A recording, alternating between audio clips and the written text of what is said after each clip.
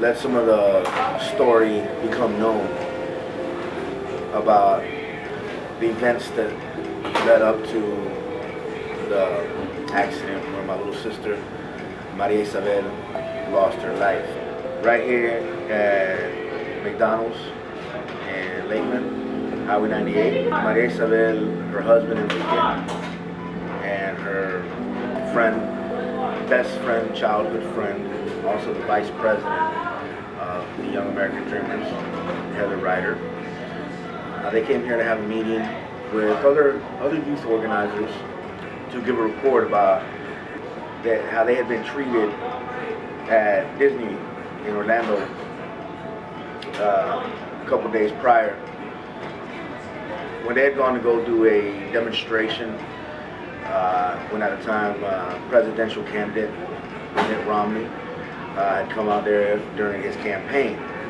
The youth, a lot of them had been fighting for the DREAM Act, and in turn President Obama had come out with the Deferred Action for Childhood Arrivals, D.A.C.A.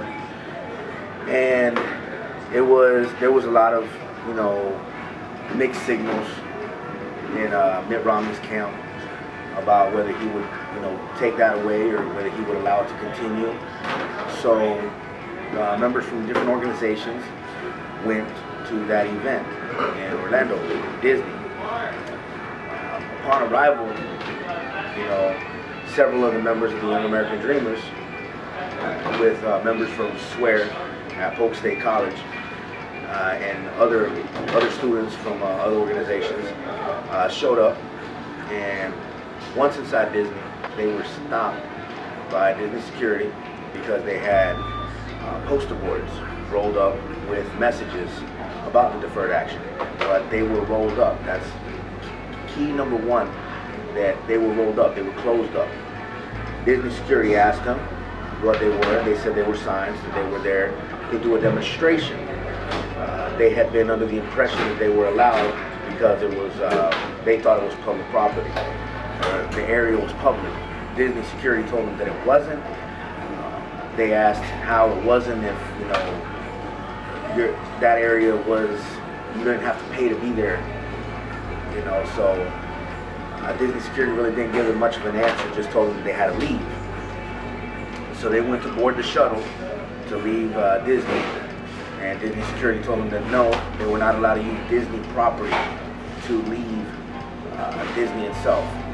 So they started walking, and they walked about a third of the way out of Disney. They were again stopped by Disney security, except that this time they were actually detained, taken in, and told that they were going to collect their information.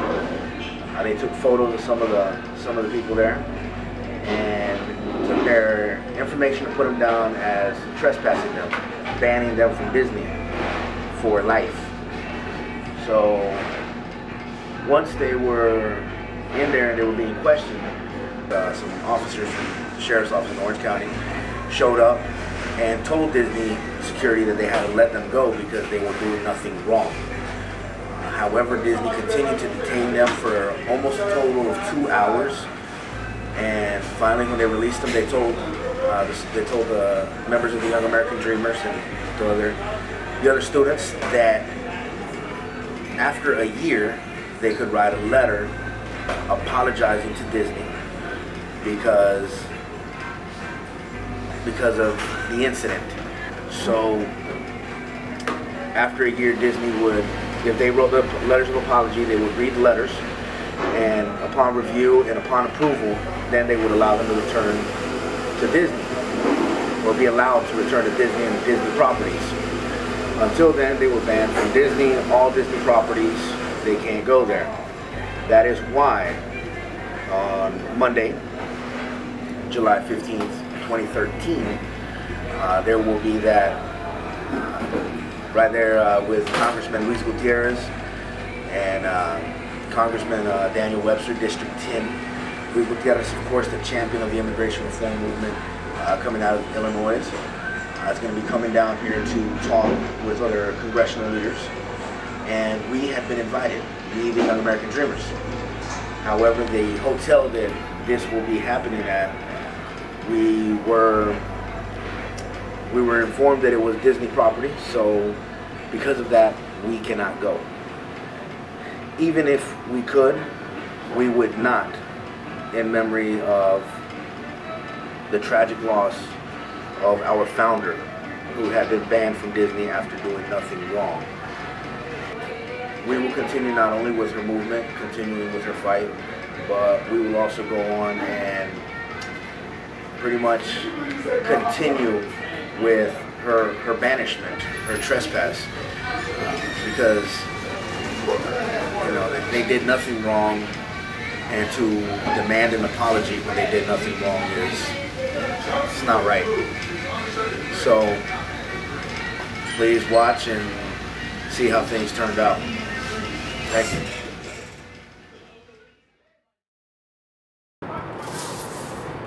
Okay, today is July 13th, and today is the second annual Maria Isabel Memorial Cleanup.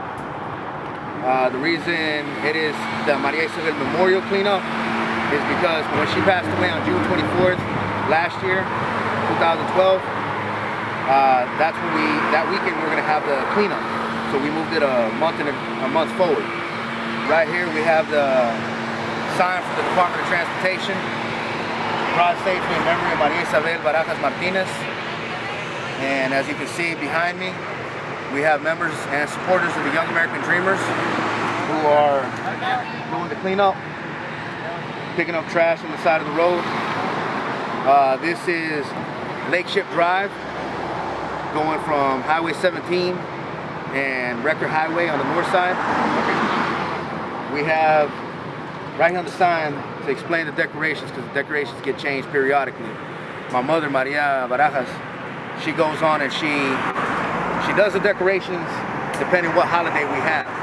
So this one right here is set up for Independence Day, and all the decorations will always have gold because that was the color Isabel used for her wedding.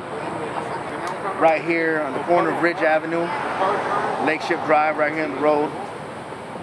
Coming from the north side, coming southbound, is where the accident took place, right here on Lake Ship Drive.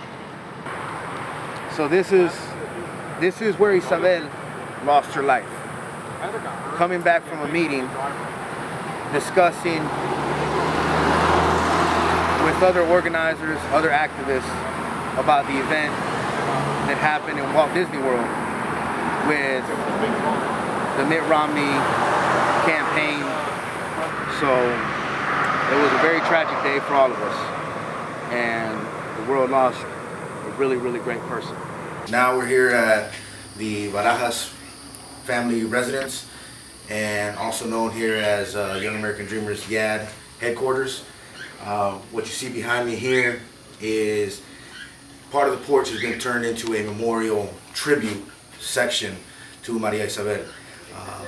People from different organizations come over and they drop off different t-shirts from different organizations which she participated in, or different places where she volunteered. There's so many different things that I can sit here all day and still not scratch the surface of everything that she was involved with. But right here we have a clipping from the Lakeland Ledger, as well as the Winter Haven News Chief, talking about, advocate for immigrants mourn, young advocates for immigrants mourn, talking about, the accident, she passed away, and we also have the obituary that was done, a very detailed obituary.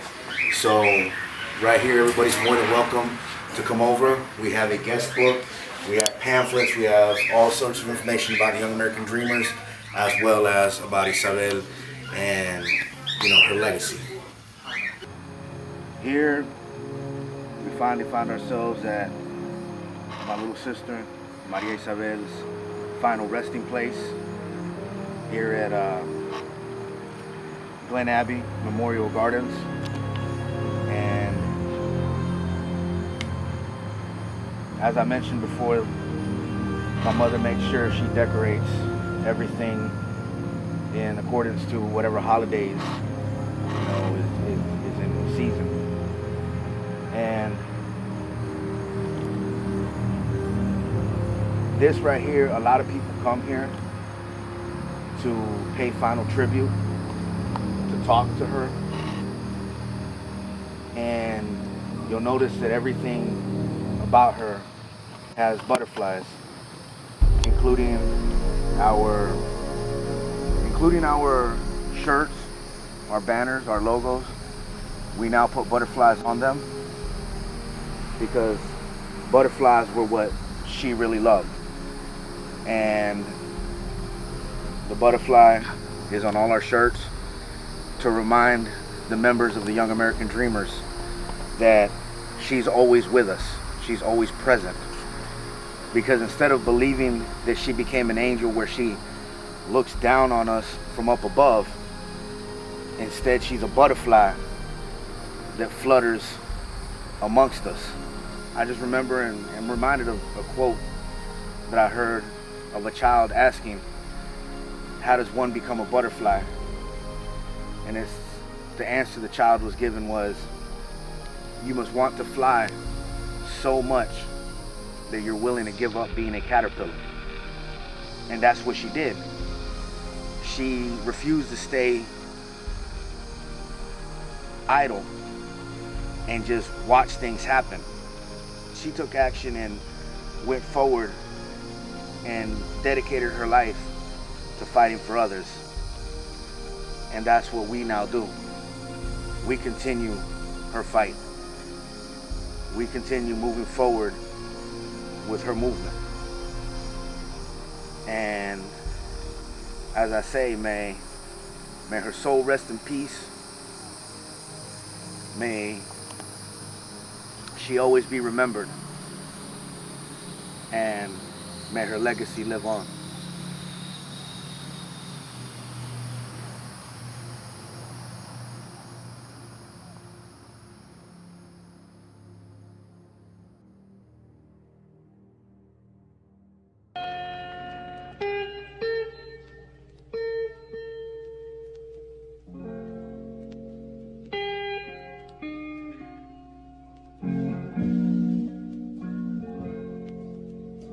May the work I've done speak for me. May the work I've done speak for me.